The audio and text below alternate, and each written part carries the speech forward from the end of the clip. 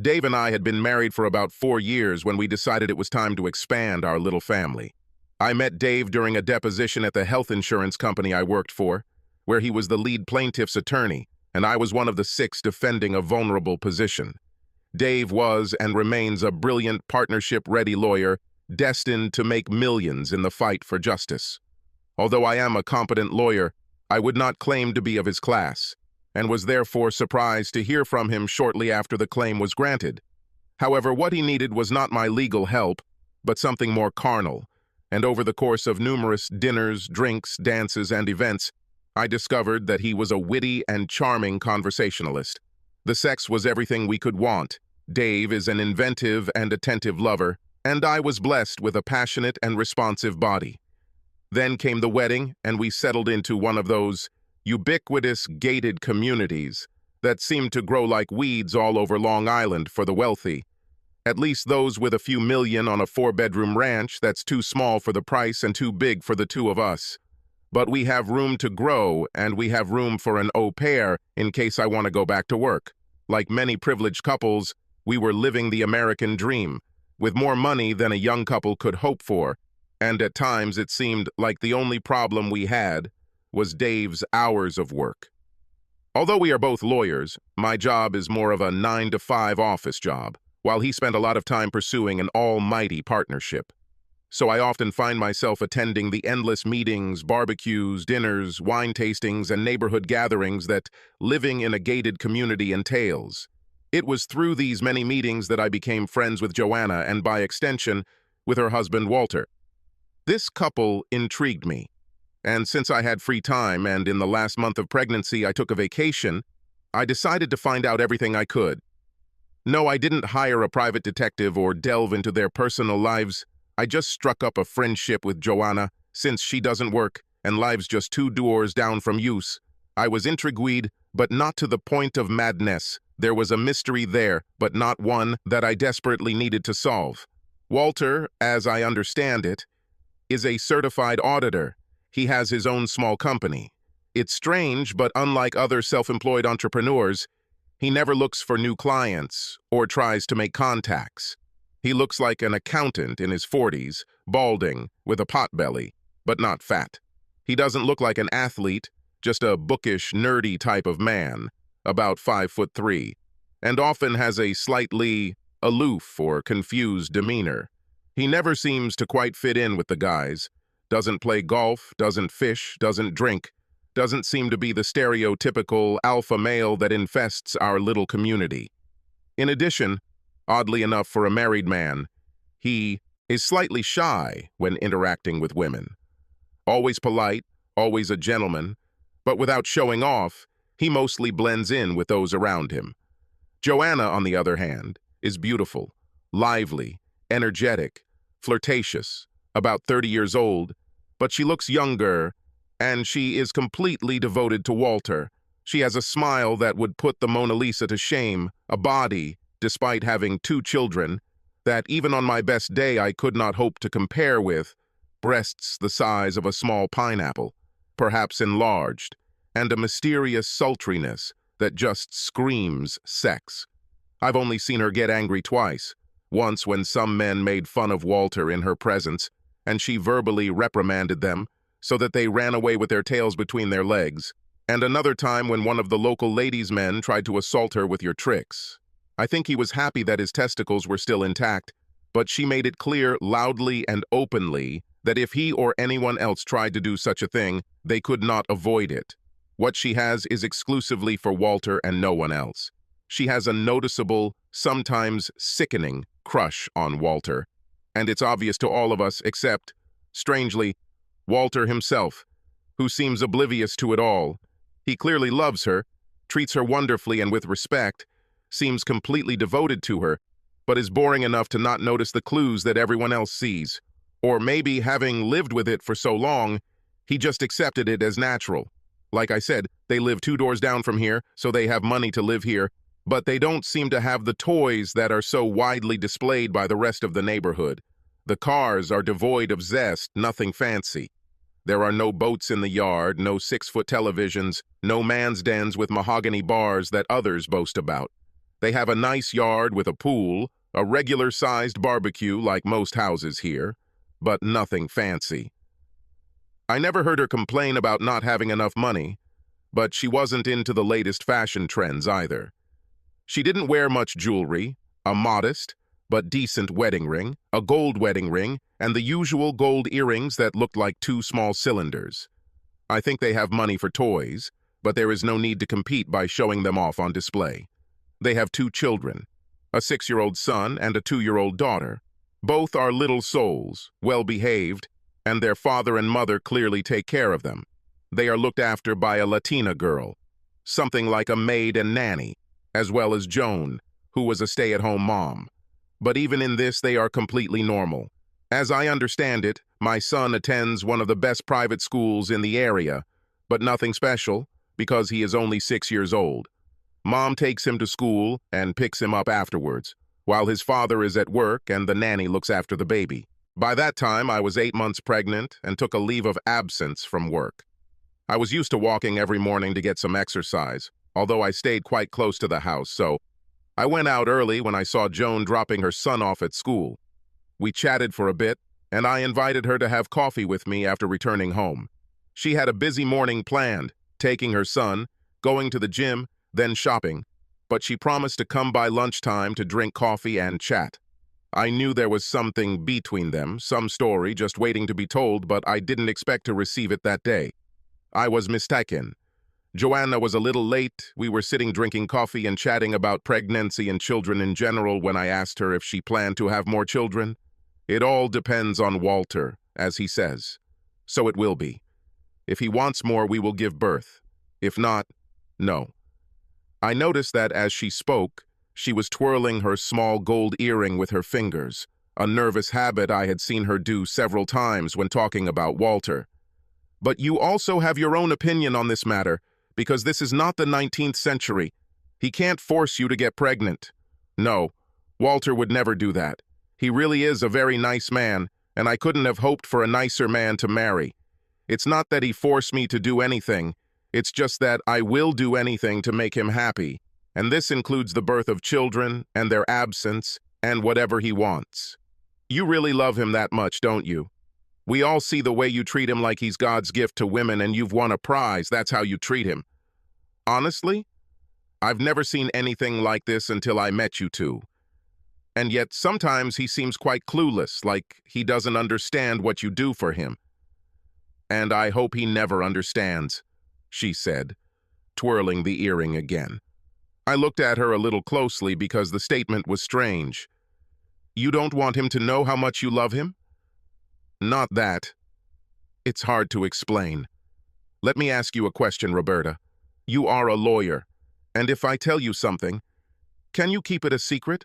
Like a lawyer's client secret, which is always talked about? I can if you hire me. Are you having any troubles? Is Walter harming or threatening you? No, nothing like that.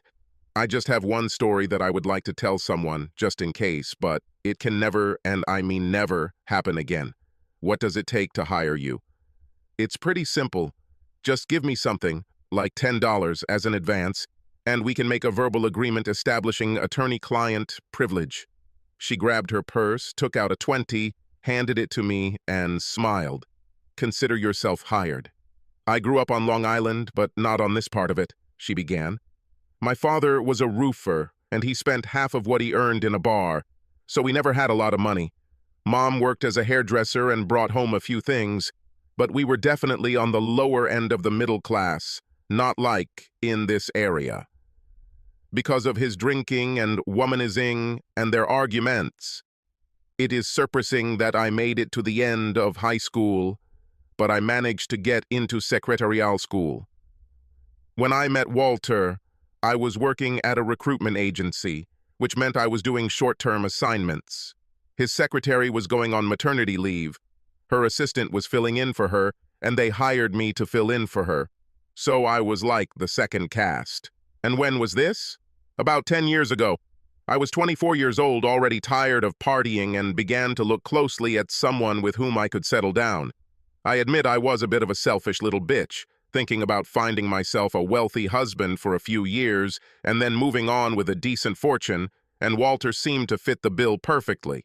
He was 32 then, 8 years older than me, and even more ignorant and inexperienced than he is now. I didn't consider him rich, but he had his own business, a nice apartment in a good part of the city, and he seemed like an ideal candidate for the role of a starting husband. I started dating him after my time in his office ended and soon moved in with him. About a year later, we got married. Walter was sweet and easygoing, and I thought I could manage him for as long as needed. He was also completely trusting and never talked about a marriage contract. I'm not proud of the fact that I was a gold digger, but I won't sugarcoat it either. And here you are, 10 years later, still happily married. Yes, it is. We had a pretty normal engagement. The only condition of our marriage was that I wanted to have a home, a real home that we could call our own. All my life I lived in rented apartments. We looked around and chose the one we have now. I thought it was a little big, but Walter wanted to have room for children. And although I had no intention of having children, I didn't want to disappoint him before the wedding. The good news for me was that he didn't. Even blink an eye when he found out the price and included me in the contract without any problems. However, shortly before the wedding, one event occurred to which I did not attach any significance. But later I realized that it was perhaps the most significant event in my life. And what was that? A few weeks after we got engaged, Walter said he wanted us to have dinner with an old high school friend of his. We went to a little restaurant I'd never been to in Little Italy, one of those mom-and-pop places, but pretty upscale. When we entered the restaurant, there was a strange feeling as if we had walked into someone's home and not into a public place, and we were not welcome there. Walter exchanged a few words with the head waiter, told him who we were meeting, and everything changed. We were shown to the best table, and within 5 minutes the owner came up to us with a bottle of the best wine as a gift. After that, the service was simply amazing. 2 waiters were constantly nearby, and barely we had time to blink before they were at the table. We had eaten almost all of dinner, and Walter's friend still had not appeared, when 2 large men came in and seemed to look around the entire restaurant. One of them left, and the other took a place a little behind us. Then the first one returned with 2 other men, one of whom was very well dressed and about Walter's age, and the other much older. Walter stood up, hugged them both, and introduced me to his friend Tony and Tony's grandfather, Salvatore. These 2 were nothing like Walter. I lived on Long Island all my life, and these 2 were deeply connected. I later asked him about it, but he claimed that he knew nothing, and Tony was just an old school friend. In general, they didn't stay long. The old man made a short toast, and they drank to celebrate the success of our wedding. Tony gave me an early wedding gift, beautiful diamond earrings that I later learned were worth $10,000, and they hugged before leaving. No one came to the wedding, and I didn't see Tony for another 2 years. So, as they say, life went on. Between the wedding worries, moving, buying furniture, and decorating the house, I completely forgot about that dinner. Walter went to work every day, but he never seemed all that ambitious. I asked him several times if he wanted to find new clients and expand the business, but he replied that he preferred what he had. Money was never an issue. I had no idea how much he actually had, but he never objected to what I wanted to buy. So, you have found marital happiness. Let's just say that we have settled into married life. Walter is sweet, kind, gentle, but sometimes a girl wants a little more than tenderness in the bedroom. I wasn't ready to give up on my marriage to Walter yet, at least not until I knew what he was worth. So I knew I had to be careful, but there was a need for something tougher. I wasn't planning on doing anything at home. There were too many annoying people in the area, and the evenings were free, so I joined the gym. I wanted to exercise and keep my body in shape, but I also added a personal trainer. Christopher made me bust my ass, pushing me to my limits in the gym and eventually beyond. He was part Italian, about 1.85 meters tall, and his body was hard as nails. We began a secret affair, meeting at hotels several times a week for a day of fun and games. His endurance was incredible, and he gave me what I was missing. So, you had an affair. Did Walter ever find out about this? No, never. But it all ended very badly, and it never happened again. Oddly enough, Walter had to be away on work for 2 days and a night, so Chris and I decided to get a hotel room for the night. We'd never done this before, usually just hanging out for an hour or two during the day, so it was supposed to be fun for both of us. I don't remember much. I think they both drugged us with something. It's just that some evening we were dragged into a car and taken to a remote warehouse, where several strong men arrived. I know Chris was selling steroids or something, so I assumed it had something to do with it, and I was just in the wrong place at the wrong time, but it didn't look good. You mean you were kidnapped? What's happened? How did you manage to get out, and did Walter find out about it? I noticed that her voice took on a flat, monotone tone as she told me this story, as if she had withdrawn from everything that was happening. This, and the details she shared, were a little unnerving. When the effects of the substances wore off, I found myself tied to a chair. They wrapped an elastic bandage around my arms and legs so that no marks would remain, and my mouth was sealed so that I could not speak. For some reason, they were very careful not to leave any marks on me. Chris, on the other hand, was suspended by his wrists with a rope that was tied somewhere. My chair was opposite him. 2 men came out and roughly tore his clothes off, tearing his shirt around the handcuffs. They spread a large plastic cloth under him and started beating him over and over again with large, heavy chains. She paused for a minute and shuddered, and then continued in the same even tone. After a while, Chris stopped screaming. I think he, fortunately, lost consciousness. The people left and came back with 2 huge barrels, into one of which they placed my body lover. I thought, what, the second one for me, and lost consciousness. I sat silently and listened, spellbound. I had never heard such stories before, and even in my worst dreams I did not expect this. After a while, I woke up, still strapped to the chair. There was another chair opposite me, and Walter's friend Tony was sitting in it. He told one of the men to remove the bandage from my mouth and one hand. I just sat there, frozen, and looked at him. He took out a flask from under his coat, poured a drink, and handed it to me. I remember taking a sip and coughing a little. Whatever it was strong, but I needed it. It was cold where we were, and I wasn't dressed very well, but the alcohol warmed me up from the inside. Tony spoke in a smooth, soft voice. Joanna, we'll talk a little, and I want you to be completely honest with me. Can you do this for me, Joanna? If you do, soon we will forget about what happened and you will be able to return home safe and sound. I nodded silently. Does Walter know about this man you're dating? No, I do not think so. I tried to make sure he never found out. Is there a possibility that you became pregnant from this man? No, I take birth control pills. I'm not ready to have children yet. Does Walter know that you take birth control? No. Do you love your husband, Joanna? Do you think you can make him happy? Yes, I love him, and I know that I can make him happy. I'm really sorry this happened. I just needed... He raised his hand and stopped me. I'm not sure if you know, but your husband is one of the most brilliant people I know. If he had wanted, he could have become a brilliant writer and teacher. He is a genius at laundering money and hiding it from the authorities. At the same time, he has a small office and, it seems, very few clients. These clients include my family, as well as some of our friends and business partners. We also provided his services for a fee to several cartels operating in this country. But despite these abilities, or perhaps because of them, Walter is quite strange. We understand this and just want to see him happy. There are many who want to see him happy, and they are willing to go to great lengths, as you saw today, to make this happen. We think you can help make him happy. I know I can make Walter happy because I love him. Let's not have any secrets between us. I talk to Walter often, and he loves you very much. He sees you as his ideal wife and mother of his children, and I don't want him to be disappointed. We both know that you are a gold digger. But what you didn't know is that Walter has much more gold than you can imagine. But if you try to get it, too many people will be upset, and you won't be able to enjoy a single minute of it.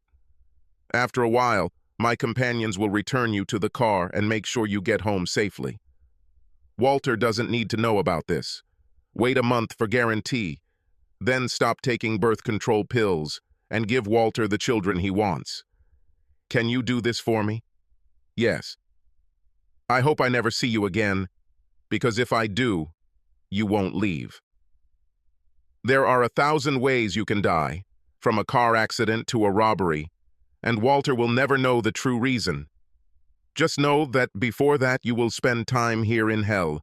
Don't ever give me a reason to talk to you again. Don't ever give me a reason to think that anything you do will make Walter unhappy. We both sat for a while, me too shocked to speak and Joanna perhaps too excited to tell me. Then she finished the story. Walter never knew what happened. I didn't inform him. Every day, I try to please him like my life depends on it, because it does.